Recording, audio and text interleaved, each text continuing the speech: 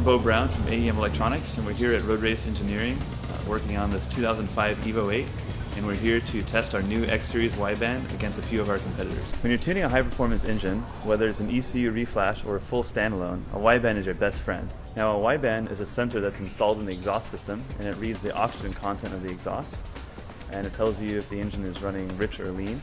The wideband sensor will read over a very wide range of air-fuel ratios, so it can tell you very accurately exactly the air-fuel ratio that the engine is reading at any particular time.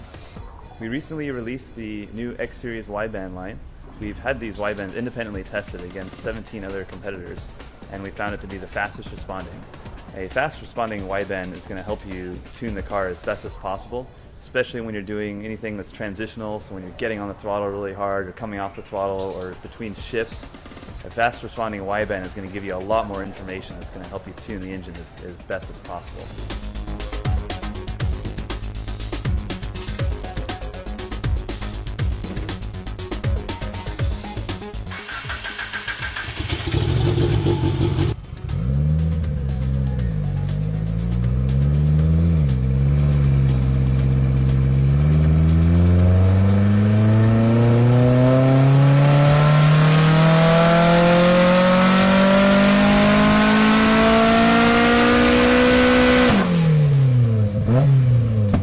Yellow line here, which is the data from the AEM X-Series gauge, is responding faster, so it does trend upward, showing lean condition earlier, and it also comes down here after our tip-in event sooner than the pink line, which is our first competitor gauge. Alright, so as you guys can see, all widebands are definitely not equal. For more information and more products, you can visit our website at www.aemelectronics.com.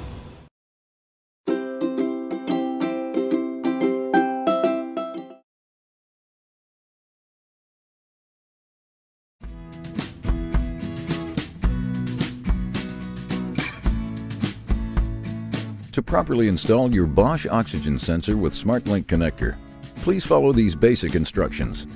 It's critical to understand that in order for the oxygen sensor to work properly, air must be drawn into the sensor through the connecting wires.